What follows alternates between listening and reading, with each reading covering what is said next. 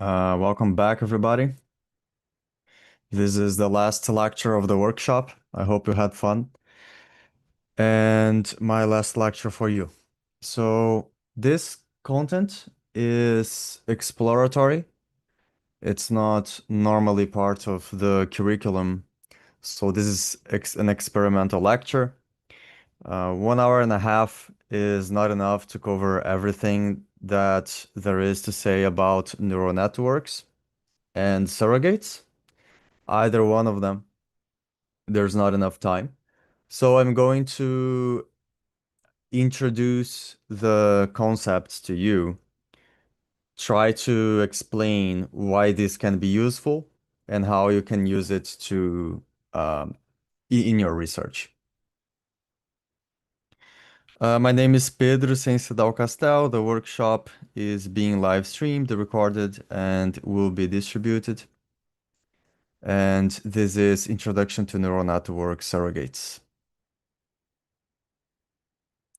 Feel free to stop me whenever you have a question. I most certainly forgot to define a few concepts because it's the first time I'm lecturing this. So if there is something I'm talking about and I haven't defined, feel free to ask in the chat. So what are the topics of this lecture? What am I going to talk about? What I'm not going to talk about? So I'm not going to teach PyTorch syntax, although we will be using PyTorch. I'm not going to talk in detail about backpropagation, gradient descent, loss functions, training loops, evaluation tensors, and tensor operations. There is extensive material, much better than what I could ever do in even if you give me a whole year of preparation on each of these topics. So I will give recommendation during the lecture to online materials if you're interested in learning these in more depth.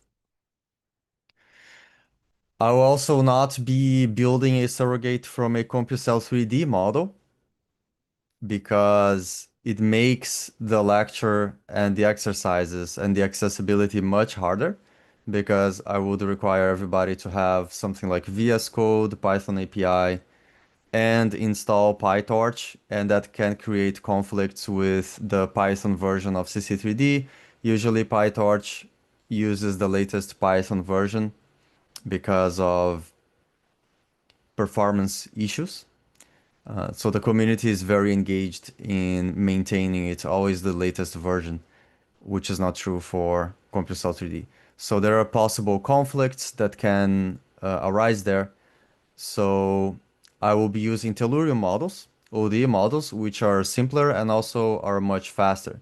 Even if the CC3D surrogate works, and of course it is possible to make it work, the issue is it will take a long time to run enough data to build the proper data set for training. Usually people using agent-based models for surrogate building, they run the simulations in a cluster so they can produce enough data for training. So we'll be using Tellurium instead, which is, so ODE models, you can generate thousands and thousands of samples in a second. So that's why we are not using CompuCell3D for this lecture. Although you can build surrogate models of CompuCell3D for sure. I will be defining some of the concepts. I will present the conceptual structure of building a surrogate and the structure of the basic neural networks. There are many kinds of neural networks, many types. I'm going to cover two of them. One is the fully connected, which is the simplest one, and the other one I'm going to cover is the long short-term memory because it's useful for generating time series. But I'm not going to cover things such as convolutional neural networks that are useful for image processing because here the focus is on ODE models. Although if you are building CC3D surrogates, where you're interested in the visual output, Convolutional neural networks is a good tool. Also, we will run some code and go over the code so that we can at least gain some familiarity with the methods. And this is exactly where we are going to start. I will paste this link in the chat. And if you have a Google account, you can access this first example. This example is designed to be extremely simple to the point that is useless for actually applying it to solve a problem, a scientific problem. So this is a useless code. Of course, it's useful for didactics purpose, and that's what it was built for.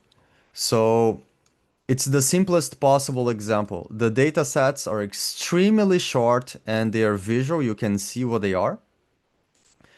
The neural network architecture is extremely short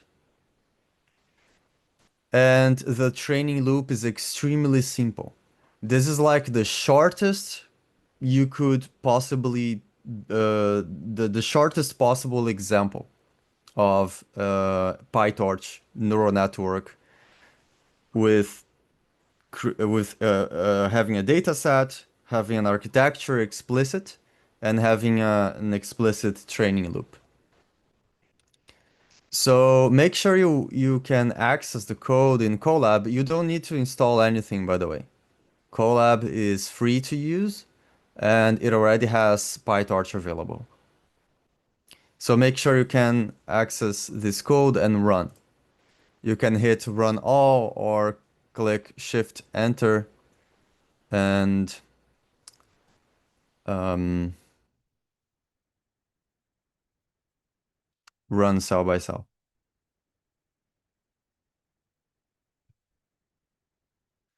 Let's first make sure you can run everything.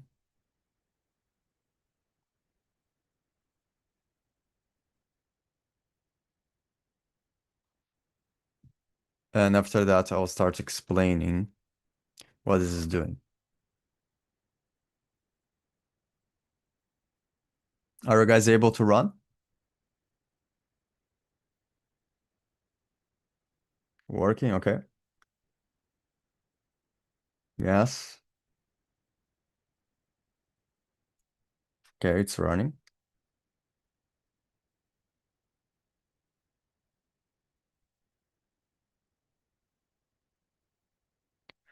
Okay, so let's take a look at the code. First, we are importing Torch. This is Python, and Torch is this package for neural networks. Then we have two data sets. Sorry, we have one data set, and I'm already splitting the data set into inputs and outputs. So uppercase X is the input, and lowercase y is the output. Okay. So what is this data set? The input is two numbers, for example, 0 and 0. And the output is either the second one is greater than the first. So this is a useless kind of example. And of course, you wouldn't need a neural network to tell if the second number is greater than the previous. So it's useless in this sense, but it's extremely simple. And we are asking the neural network to understand that when the second number is greater than the first, it has to say 1. And when the second number is lower than the first, it has to say 0. So the neural network achieves its goal when it recognizes when the second number is greater than the previous. Okay? And we will teach, in quotes, this neural network to understand what to output based on the input by providing it examples. And these are my examples. So I have 0 and 0 and this is 0. I have 1 and 1, which is 0. I have 0 and 1. Oh, now here, in this case, the third case, the second number is greater than the previous, so it has to return a 1. And I give just a few examples, okay? So this is my data set. My neural network structure is a sequence of layers. These guys are operating on the input.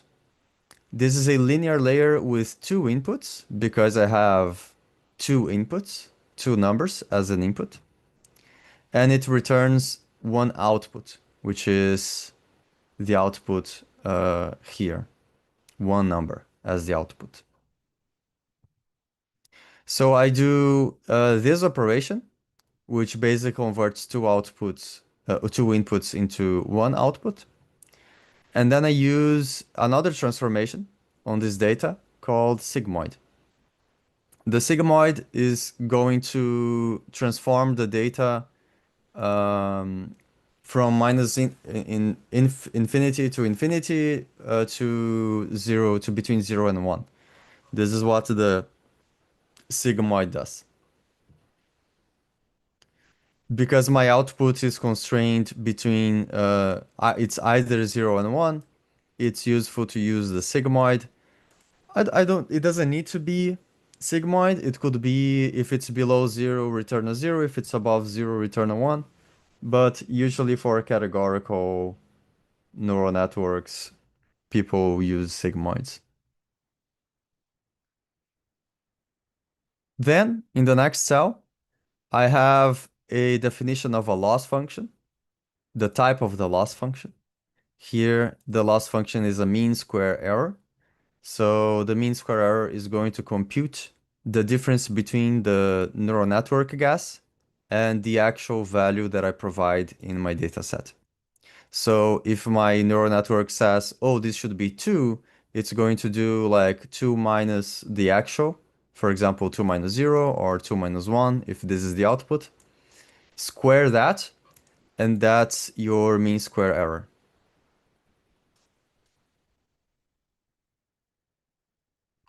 Then there is a choice of optimizer. SGD means stochastic gradient descent. This is how the training loop will calculate gradients and update the parameter values. You define a step size. Not exactly the step size, but the learning rate.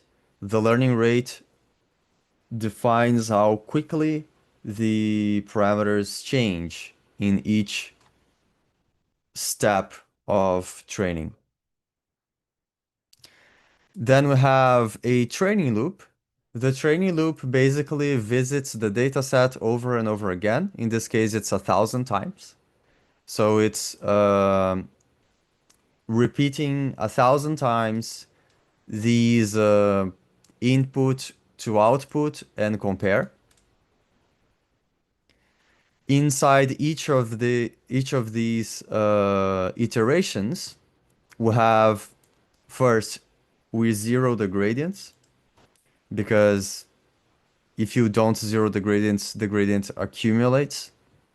This is specific to PyTorch. I think there are other libraries that you don't need to do that, but I'm not sure. Then we compute an output. So X is my input data set. So I'm giving this entire data set to the neural network. And it's already processing the entries one by one. So it processes this separately from this, separately from this, separately from this, automatically. And my outputs are going to be something like this, but my neural network is going to output like 0.2, 0.8, something like that. Then we compute a loss. So it's basically the error between the outputs, which are the guesses of the neural network, versus the actual. And then we do a backward. This backward is updating the parameters of the neural network such that they reduce the loss.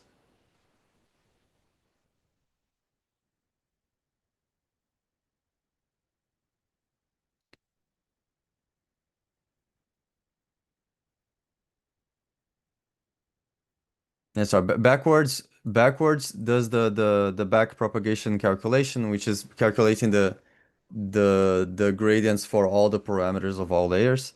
And step is what actually changes the parameter values. Here I'm printing the loss for each every 100 epochs. And here I am, this is custom. This is not, this is something problem specific. I'm defining a function that takes in an example and outputs a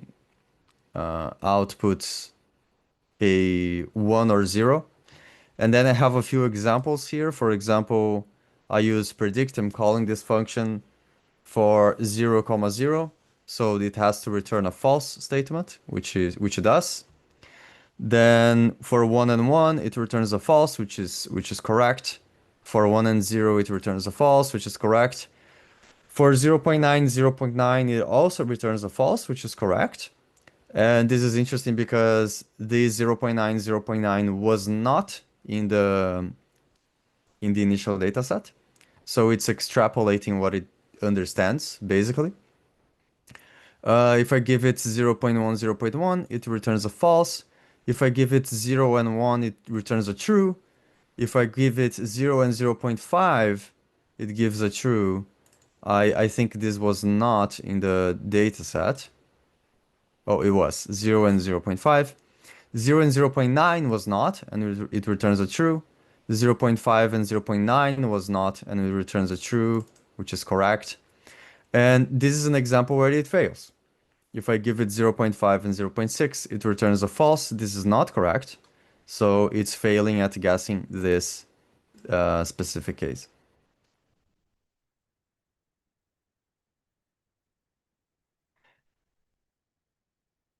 And we can see how it looks like. The weights, the parameters of the neural network, we can print them. So this is just the last cell. It doesn't do anything. It's actually meaningless. Like you can't really extract meaning from these values. That's why we call these neural networks non-interpretable. It's not like each of these parameters will carry meaning like the production rate of, I don't know, caspase. It's not going to have meaning like in a mechanistic model. So what is a neural network? That thing we saw with the layer and the sigmoid thing. It's basically a series of matrix operations that transform an input into an output. You start with an input. This Vi is your input. And then you multiply by a matrix, sum with a vector, multiply with a matrix, sum with a vector, and you do this successively until you get an output with the desired shape.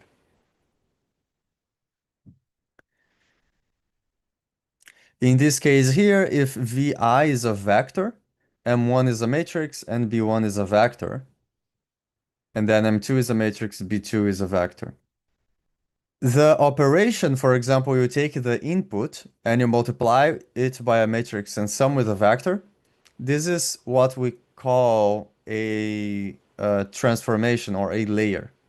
Okay, this is what is between the input and a hidden layer, and what is between two successive hidden layers, or yeah, these neurons in these vectors of outputs between the operations. So for example, M1 times M1 plus B1 is what happens between the input and the first hidden layer. Then times M2 plus B2 is what's happening between the first hidden layer and the second hidden layer. And there will be times M3 plus B3 to get you to the output in this example.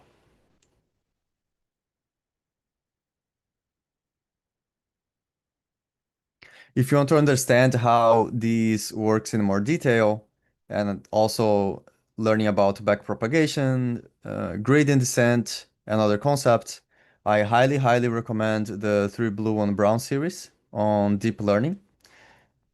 It is fascinating and it is very well presented. So even if you are not going to use, I still recommend it just for fun because it is really, really interesting.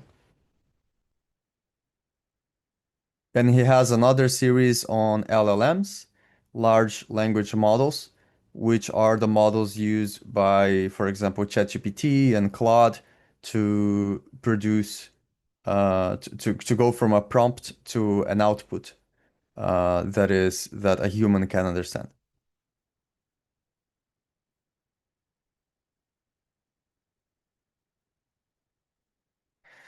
So, how do these matrices and vectors know how to give the correct output? Because we are asking the neural network to output something meaningful, although a matrix and a vector are not.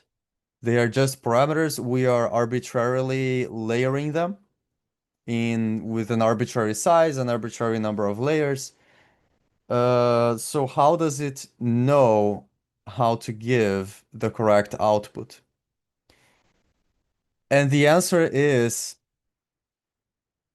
it is going to find via optimization the parameter values of these matrices that best approximates the data set you provide. So you're giving a bunch of examples and it's doing, okay, with this input, this is the output, what is the difference? Okay, let me try to update my parameter values to minimize this difference. So we'll keep doing this over and over until this difference is very small. And the parameter values that yield the minimum loss, the minimum discrepancy between the prediction of the neural network and the data set output samples, those parameters will be the optimal parameters, the parameters that actually make your neural network output something meaningful. So to achieve these parameter values, there is an optimization algorithm which finds these optimal parameter values for you. So this is happening in the training loop you just saw. So this is an example of a loss function. Imagine, for example, in a linear regression, you have your data, you have your model, which has parameters. In the case of a line, there are two parameters that define this line. And the loss, if it is a mean square error loss, is the sum of the square of the residuals divided by the number of points. And in neural networks, we commonly call this an L2 norm. There are many types of loss functions. There are L1 norms, there are entropic loss functions, and many types. The mean square error is one of the most common ones. Given the loss, so the loss tells you how bad your parameter set is. And if you suggest a parameter update, there will be a different loss. So you can calculate what is the difference between the new parameter values you suggest and the current. And this, if you map the value of the loss for all the possible parameter values, this gives you a loss landscape or a loss function, loss surface, where if you descend on this surface, you will be finding the optimum, the optimal parameter values. The stepping is given by a optimizer. So how much you step by, whether it's dependent on history or not, whether you keep going even if you reach the minimum or not, all these strategies are given by an optimizer. A common optimizer is Adam. Also, the paper of Adam is the most cited paper in history, which is an interesting fact. And another common example of optimizer is the stochastic gradient descent. So let's visit a more elaborate example. In this example, we are asking the neural network to understand a parabola or to learn the relationship y equals x squared. And I'm going to paste the link to the code in the chat again. Make sure you can access and run it. Yeah, it does take a little bit longer to complete. I am doing 1,000 samples. And this is not GPU powered. So it runs on your CPU. It's going to depend on the speed of your CPU.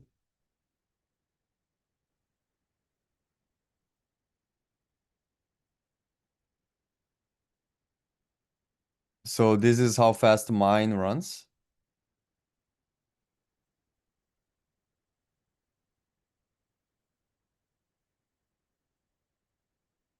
And then we can plot it. So this is custom. Okay, this plot is custom. I built it myself. And yeah, let me run this again. So it takes about 1 minute to complete the training loop.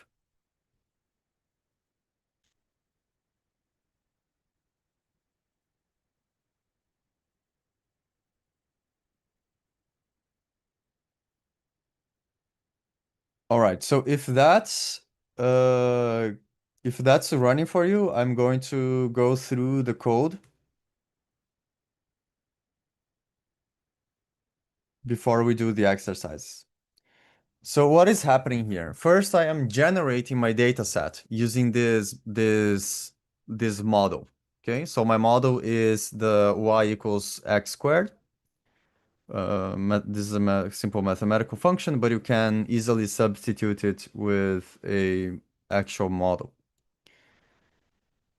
So in this first cell here, I'm generating the samples. So I'm randomizing my X input and I am generating the correspondent Y values. So my neural network structure is going to go from one input to one output. Then I have this cell here where I convert all my data set into torch tensors. Torch tensors are a special type of data. And that's necessary because Torch is written in C++, and it has a special type of data that is optimal in terms of memory and processing speed. So it doesn't handle NumPy arrays, for example. You have to convert NumPy arrays to PyTorch. Okay. I am also doing a test a train test split. Okay. So the train test split is important because I don't want to test my neural network on data it is learning from. I want to extrapolate. I want to see how it performs for data it has never seen, right? Which is more or less the same with training a person. Like if you are training someone to build a model and you are using the cell sorting example, and then your exam is the cell sorting example, you are not sure if the person understood modeling. For sure, it might have understood how to build a self-sorting example, but not about modeling and how to use modeling to solve any kind of problem. So you would teach the person on the self-sorting example and ask about the angiogenesis, where the angiogenesis, the person never saw the angiogenesis problem before. That, and if the person succeeds, you are more confident that the training was successful. So this is the same idea. You get your data set and you say, okay, I'm going to use 80% of my data set for training, and then 20% I'm reserving for testing. So this is what this first part is doing. And then I'm transforming it to tensors. And I'm also using batches here. Yeah. So the concept, what are batches and why is this useful? So sometimes you do not want to give the full data set at once to calculate the gradient. Sometimes you want to give your data set bit by bit. And what that does is that makes the learning more stochastic. If you give the full data set, it learns from all your, it distributes its learning over all your data uh, homogeneously. So it's going to do a more deterministic path down the loss function. If you give it batches, you can get lucky or unlucky with your batch where it throws your parameters to a region that is unexpected because your batch happens to be biased in a certain direction of your data set. So it introduces more stochasticity. And it also makes the training loop much faster if you're using batches. Because, for example, if you're using GPU for calculating the gradients, your the PyTorch is automatically going to distribute these batches to your GPU units. And then it benefits from parallel processing, parallel computing of these gradients.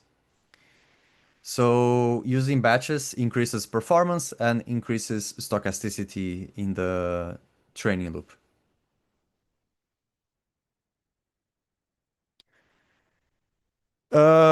This is our neural network structure.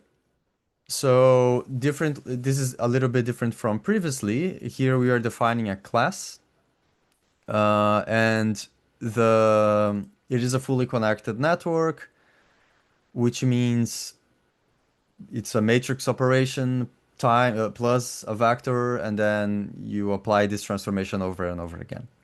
And here I have linear layers, which is basically matrix multiplication and summation with a bias vector. And I have this ReLU transformation. Do you guys know what the ReLU is? The ReLU basically truncates negative values. That's what it does. So as Leonardo suggested, it truncates negative values. That's what it does. So if the output of a linear layer of the previous layer is a positive value, it keeps it. But if it's negative, it becomes zero. And we are going to understand in a second why this might be important. Then we have the loss function, choice, our mean square error loss. And we have an optimizer here. I'm using Adam. Adam has a parameter called momentum.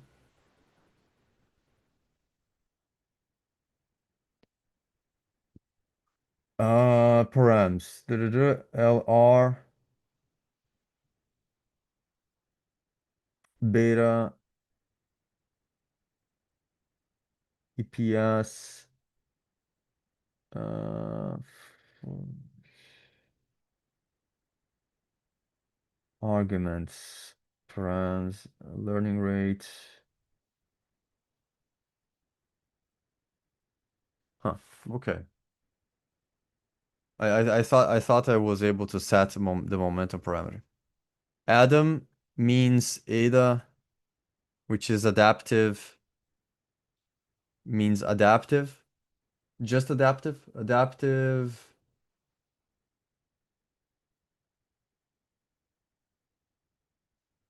something. Maybe this is just adaptive. And then M means momentum. Uh, Adaptive means that the step size of your parameters is scheduled based on the gradient intensity. And momentum means that even if you reach the minimum, you keep going. And this will help you achieve two goals. The first goal is to make larger steps if your gradient is very, very small, and skip very shallow minima um, because of momentum. So this is the basic idea of Adam, and it works well for all sorts of problems, although there are specialized optimizers for specific problems. In our training loop, we are looping over the entire data set 1,000 times, but in each loop, we are looping over our batches. So I have here 4 input and output in a train loader. Train loader is over here. This data loader I am splitting into batches. So it's doing the dirty job, the dirty tensor job for me, this function. So I have to think less, always good. And then for each batch, I am doing what you're already familiar with, which is zero gradient, calculate the loss, compute gradients for all parameters, and step all parameters. And after that, I have an evaluation um, cell where I plot everything. And I am plotting, comparing my predictions using to the actual, but using the training set. Oh no, I'm not using the training set. I'm just generating a bunch of values in the x coordinate, which is fine. I don't need to be like so pedantic to using the testing set, but I could. I am though doing the no, I'm not. Okay, let's not talk about that because these examples are not as complete as they should do for a real implementation. So here, what am I plotting here? So -2 to 2 is the domain of my data set. I generate my data set from -2 to 2. Where? Here, x min and x max, -2 to 2. So it does a very good job understanding the pattern of the parabola between -2 and 2. But once you go outside the range of the domain, it starts failing. So it extrapolates very poorly. It behaves very well within the domain, which means it interpolates well, but it extrapolates poorly. And this is a problem that is still like the curse of neural networks today, which is it interpolates very well, but it extrapolates poorly. So for example, um, let's say in math, you have an LLM for math, for proving mathematical theorems, and it does a very good job demonstrating things and proving things for things that humanity has already done. But if you give it an actual problem that nobody has any clue, it struggles. So it's more or less the same analogy, and we still struggle to surpass this extrapolation limitation. And the idea of this exercise is to give you some intuition of what is the effect of changing these different settings of a neural network. How does it impact the output?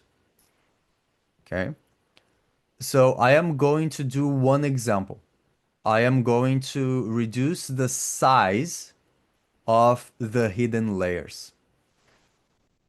And I'm going to do a drastic decrease, okay? Because I really want the effect to be obvious.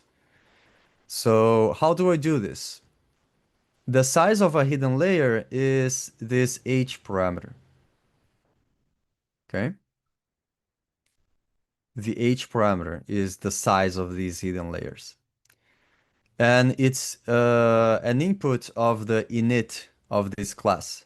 So wherever I call this class defining an instance, I am giving this h parameter a value. So this 128 is the size of the hidden layers. I'm going to give it 16. So it's very low. And I'm going to retrain. I can already see that the loss is not decreasing as much, is not as low as before. And now I will do the evaluation. And you can see how broken it is, like how, like it's a V like this. It's not behaving very, very well. But I will give it the benefit of the doubt and I'm going to keep training. So you can see the loss is still decreasing. So it is worth training more and more. I'm going to give it another train here. So as I can run this cell repeatedly. This is one of the benefits of a Jupyter notebook. If you run a Python script again, it's going to redo everything. But if you are in a Jupyter notebook, you can run the same cell over and over again, and the task accumulates. This is true for like if you have a CompuCell 3D simulation in a Jupyter notebook. Okay, it reduced the loss to 0.007, and this is what I'm getting. So you see, it's still a little bit broken down here, but it is doing a pretty good job. So maybe I should like reduce even more, like reduce to 4 and see what happens. But you can see like how uh, like I need more epochs to get a similar quality as before. Questioning the chat. So from what you've said, every single operation this neural network does is something linear. Wrong. It's not. Not everyone. Not every single one of them. Not true. And I will leave it as an exercise for you, Udis, to find what is the nonlinear operation we're doing. And it is in part of the exercise is removing all of them and see what happens. I usually think of Carneadakis as sort of the one of the main developers of these kinds of Hmm. physics-informed network approaches, but there are a lot of people Yeah. working in the area. Um, Yeah, I thought that they were integrated. Kevin Florish also does that kind of knowledge, the North Carolina State. There are so many limitations in the full data-driven approach, and sometimes putting in just a single ODE helps you helps you a lot in accomplishing like most of the behavior. Like with most three equations, sometimes you can get 80% of the behavior of the data, and then the rest of the discrepancies you deal with a neural network, adding corrections on top of your model prediction. Yeah. Just keep in mind that um, whenever there is any data-driven approach, there is no interpretability anymore. There's or limited interpretability.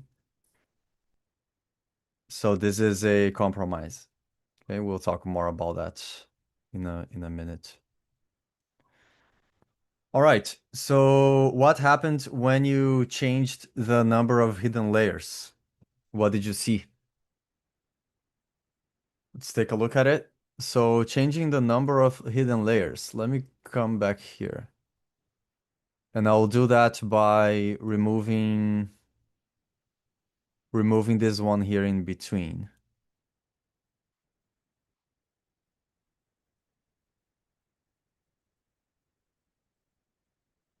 Oh, let me just be careful to not to do a bunch of changes simultaneously. So I'm reverting the model size back to 128.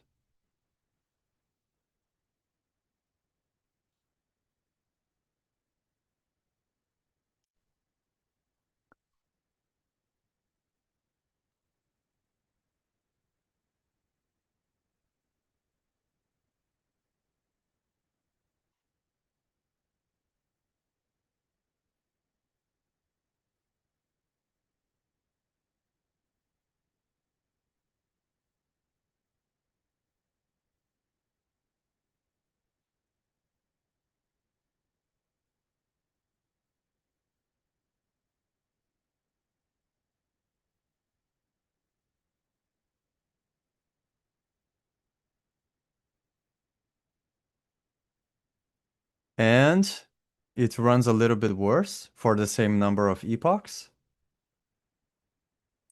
A little bit worse prediction power. Let me try to make it even worse. Let me try to remove another one. So now I have just two layers and a ReLU.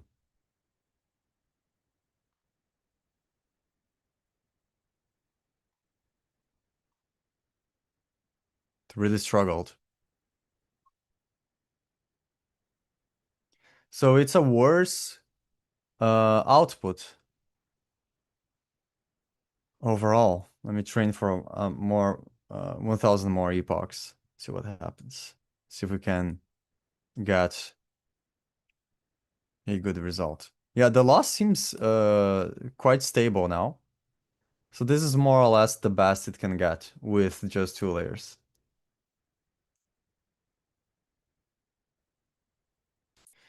I don't know if we are able to see it, but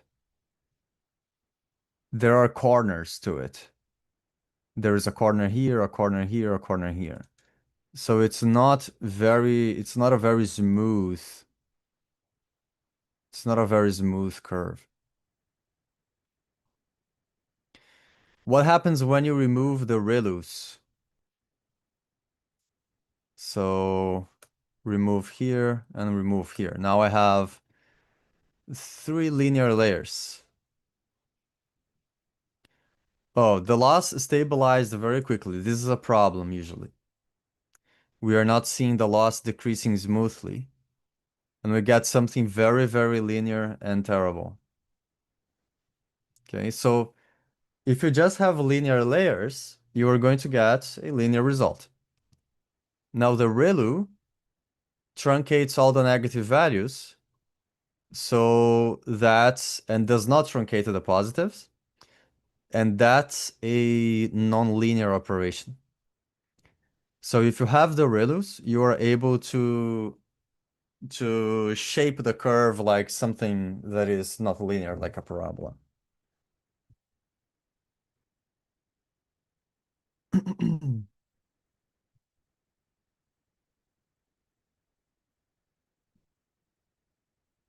All right. What happens when you add noise to the training data?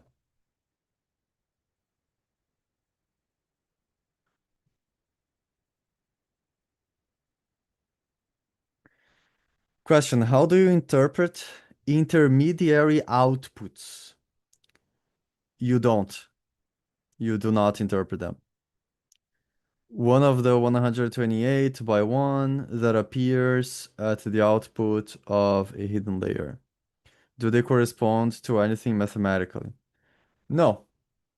I mean, mathematically, yes, they are a vector, but they don't correspond to something interpretable. Yeah, so that's the disadvantage. You cannot take that layer and say, okay, if these values are very high, this is the meaning. No. But you can do that in a mechanistic model. If your contact energies are very high, you can say these cells have very low adhesion, for example. And you cannot do that with these parameters of the neural network. All right, let's move on. So if you haven't done a few of these, you are welcome to do them as homework because there's more cool stuff to do in the lecture. So we saw that regardless of how we increase the model, it fails at extrapolating. So if we are trying to build a neural network that does good extrapolation, for example, I give it the first half of the first 60% of my parabola. I want it to predict the rest of the parabola. If I'm using that fully connected model, it's going to do a very poor job.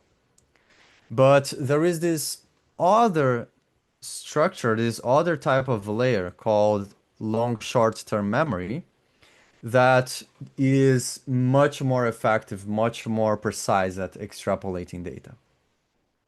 And the long short-term memory is basically how these These LLMs work, like ChatGPT, etc. It generates the next word based on the previous words, and then you call it again, and then it generates the next word based on the previous words, so on and so forth. It's more or less the same concept.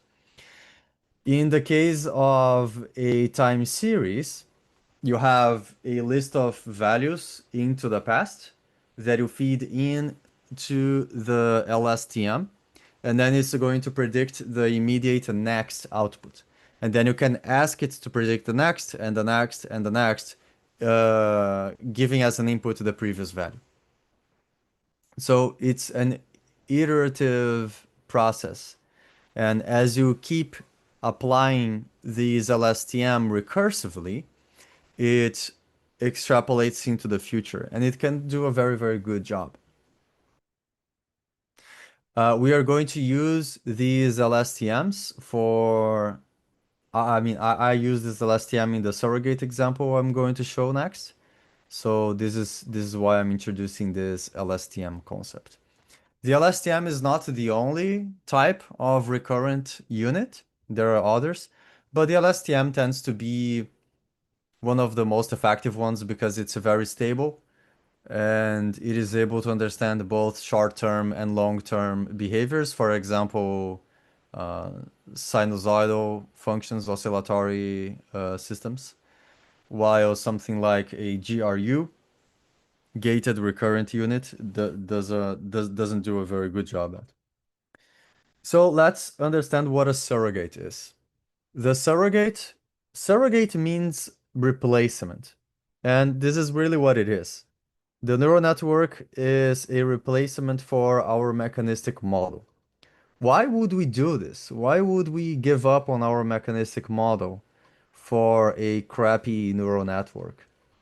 So there are a couple of use cases. For example, neural networks are usually faster and lower cost than mechanistic models.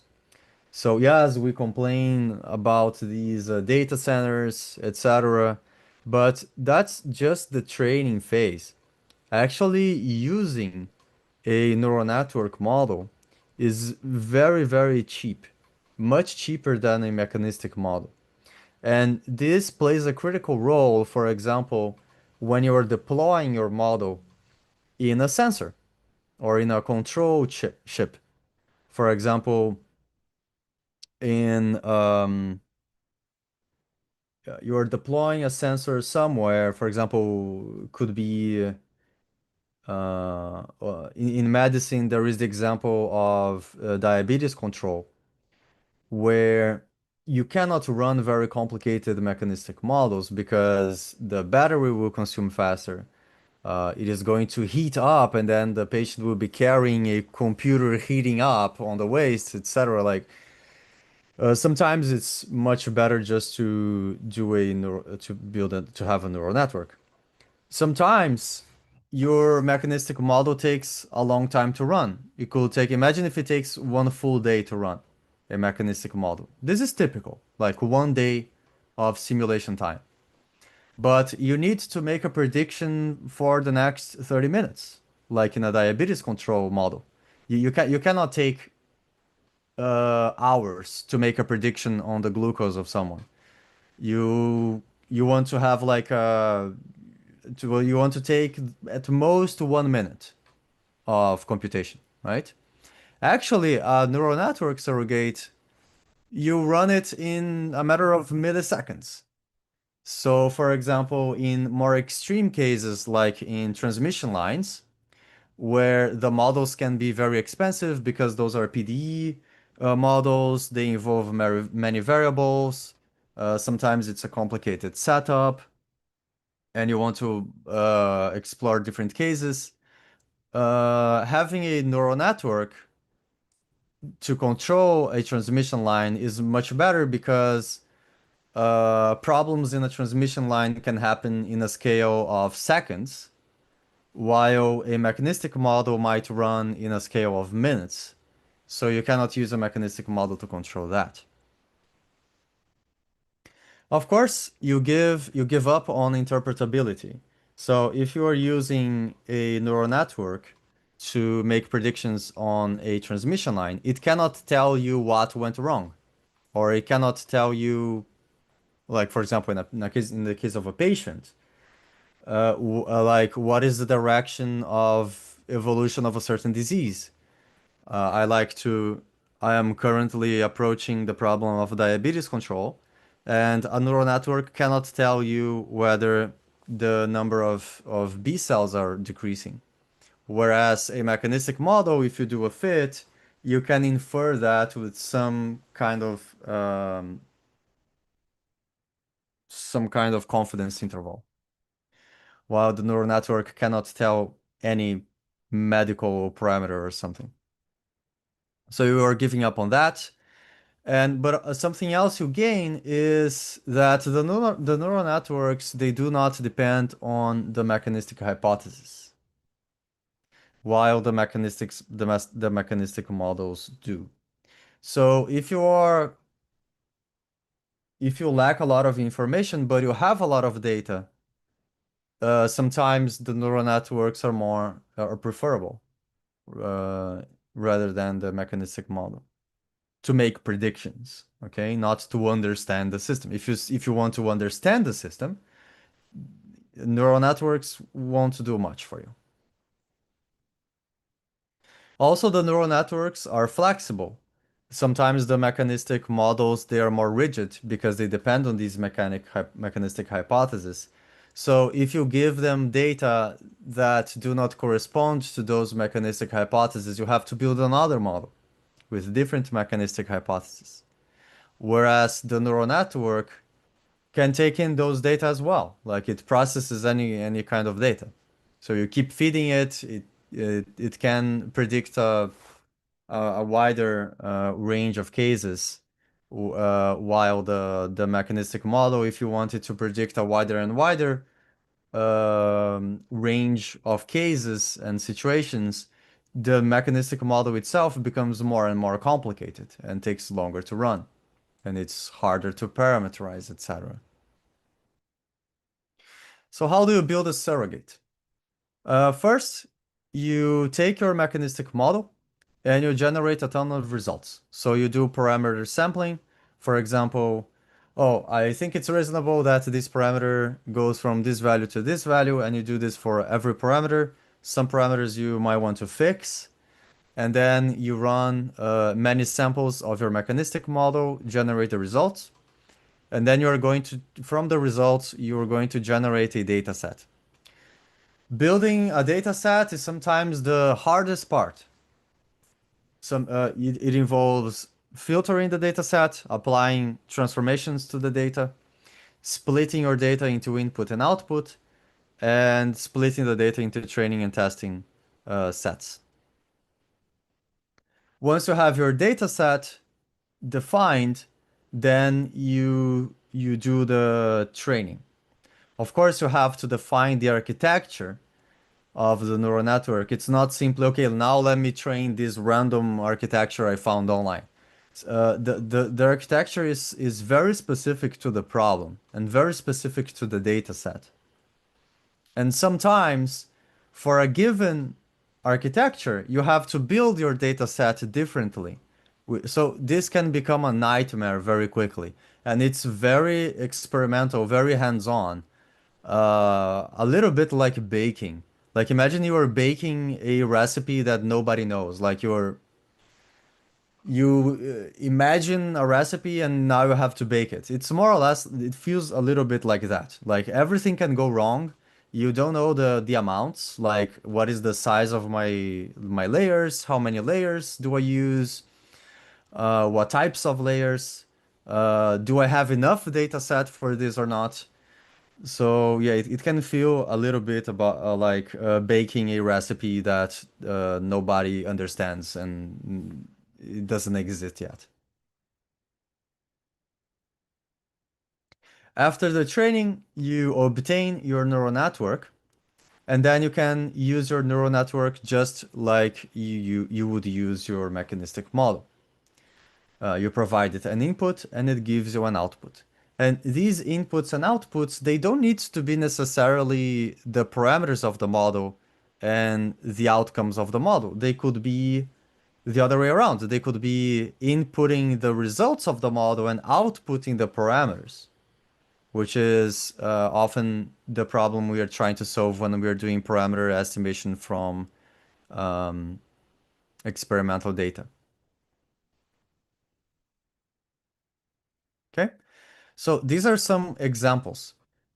If you are giving as an input the parameter set of your model and you are acquiring experimental outcomes, this is basically a direct substitution of your mechanistic model. Your mechanistic model takes in parameters and gives you some kind of experimental output. And if your neural network follows the same structure, it is a direct replacement.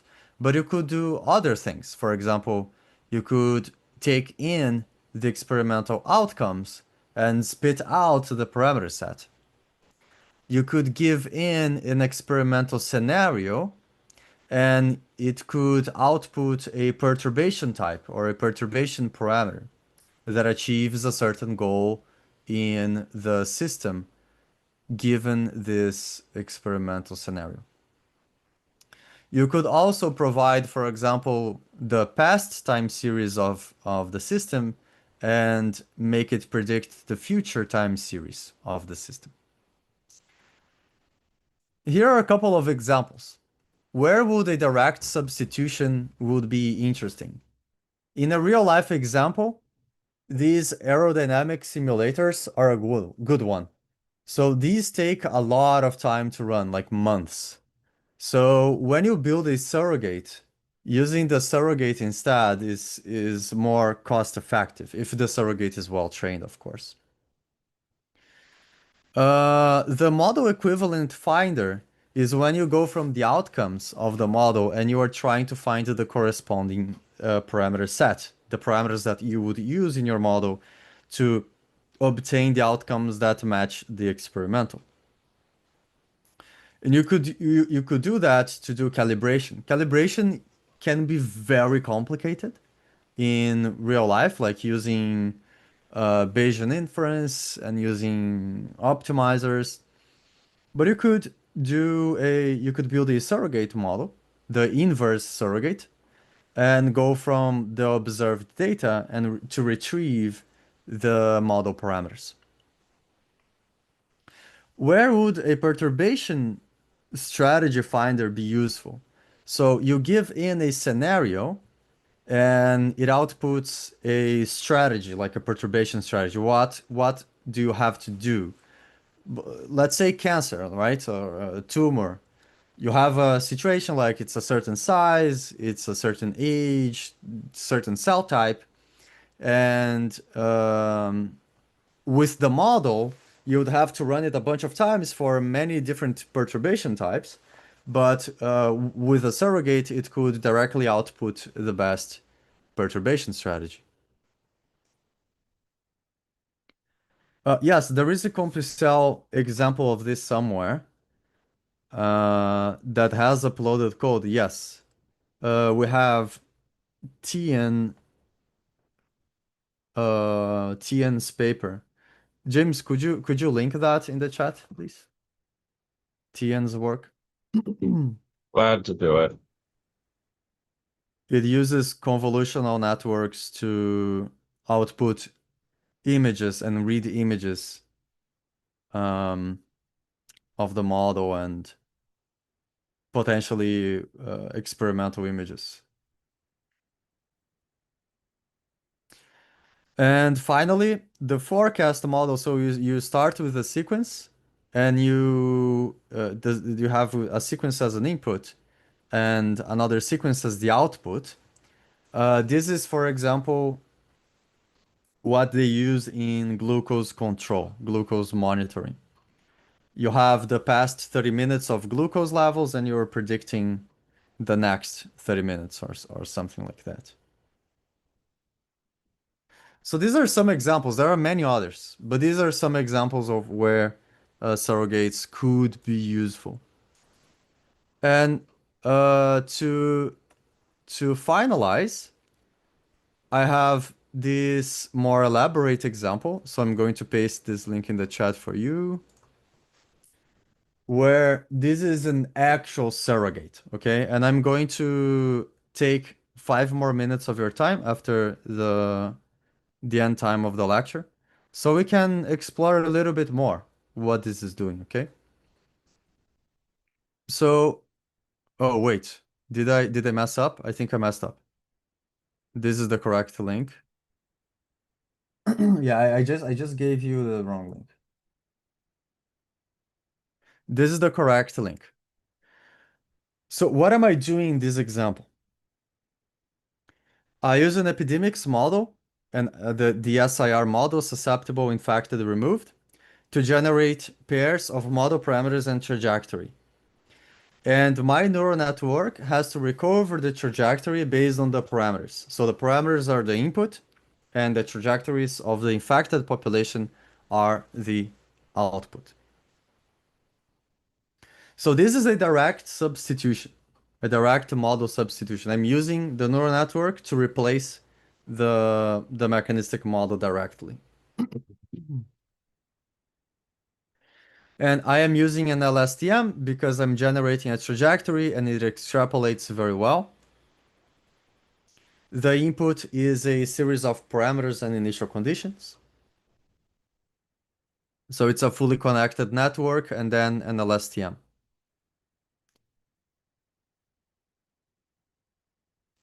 Now let's take a look at the code.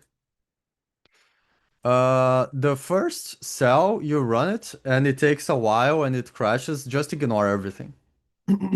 This is installing Tellurium for you. It takes about 1 minute and then it's going to say, oh, it crashed. Just ignore the message. Okay. So now I have Tellurium installed in Colab. It says your session crashed, reason unknown. Just ignore the message and keep running. So you run the second cell where it says import torch and import a bunch of crap.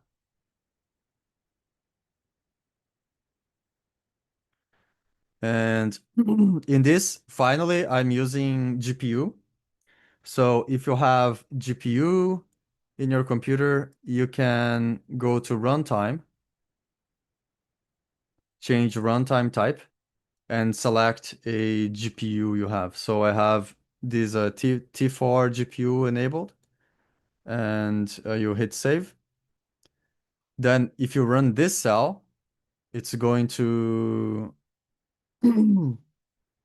direct your GPU to do the training. Then this is the model in Tellurium. Not gonna go into details of how the SIR model works. This is one example of how it looks like. We have the susceptible, the infected, and the removed populations. My task here is to give as an input the parameter values of the model and output the infected time series. In this cell here, I have the data generation. So here I'm generating 500 samples. So 500 different parameter sets. And these are the corresponding trajectories. This is my neural network structure. This structure contains a, where is it? A sequential. The sequential is a fully connected layer, the same as what we were working with. It's a linear layer and followed by a ReLU, just one linear layer. And then I have an LSTM and another linear layer to generate the output. The LSTM doesn't give you exactly the next value, it gives you a hidden layer. So you have to apply a linear layer on the hidden layer to retrieve a parameter to retrieve a value that is interpretable. So that's the structure. Now this is basically converting everything to torch tensors and yeah, I didn't run this. This is transforming the data type to torch tensors and splitting my training set into test to train and test data sets. Defining a loss, defining the optimizer, and this is my training loop. I'm not using batches here. You could extend this to use batches. And in the end of the training, you get 3 randomized examples of the testing data set, not the training. So in this one, I am actually using the testing data to do the comparison. So I have here the prediction equals model x underscore test. So I'm not using the same data set for testing that I'm using for training. So this is important because if it aligns very well here in the data that the neural network has never seen, it means that the neural network understands the pattern of how a parameter set generates an output curve. So, and here it matches very well, and you can see that we have wildly different cases. So we have this very tall curve with some oscillations, this one in between, and one that just goes down, probably because the virus is not, or whatever the disease is not effective at spreading. So the number of infected just goes down. And it's able of producing these time series very similarly to the mechanistic model. So at this point, it wouldn't make sense anymore to use the mechanistic model. Of course, in this case, the mechanistic model is extremely simple. So you still would deploy the mechanistic model in this case. But for example, if you're doing the inverse problem where you're fitting, building a neural network for the inverse problem could be more robust than running a bunch of calibration analysis. Of course, the calibration analysis would be more informative, but less with lower performance than if you were using a surrogate.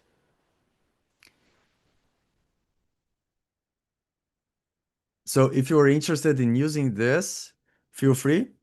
It's for you. It's an educational material. And I have more examples. I can also show you a sequence to sequence. Where is it? Open notebook. I have where is sequence to sequence? Sequence to sequence. This one. I'm not gonna run it, but in this one I'm using a different linear model, a different ODE model that has like it has more interesting behaviors. This is called the oreganator or something, or orgonator. What is the name of the model?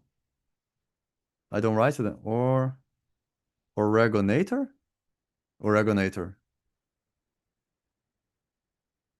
It has like many interesting possible outputs depending on the parameters. These are the equations here. So I write it in tellurium. I have x, y, and z with the respective rates. And I run a bunch of them. You can see that some curves go up, some curves go down, some curves peak and go down. So it has more rich set of behaviors. And I have a sequence to sequence structure. This is way more complicated than what we had before. It has an encoder and a decoder. So I'm not going to explain why that is. And the objective here, it's not doing a good job here because it didn't train enough in this example. But the task here is to give the first half of the trajectory and ask the neural network to give you the second half of the trajectory or the future trajectory from the previous. This is more or less what is done in glucose level prediction in diabetic patients. You you have the past time series of glucose levels, and you're asked to predict the future, the glucose level in like 30 minutes from now.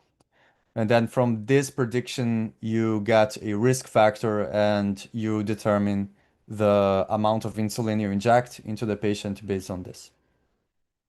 My last slide is if you are interested in knowing some of the challenges and how to spot problems and how to approach some of the problems. There are so many. It's a little bit like baking. But some of the problems, like, okay, my cookies are too soft. What did I do wrong? Oh, not enough flour or something. It's this kind of thing that this last slide contains.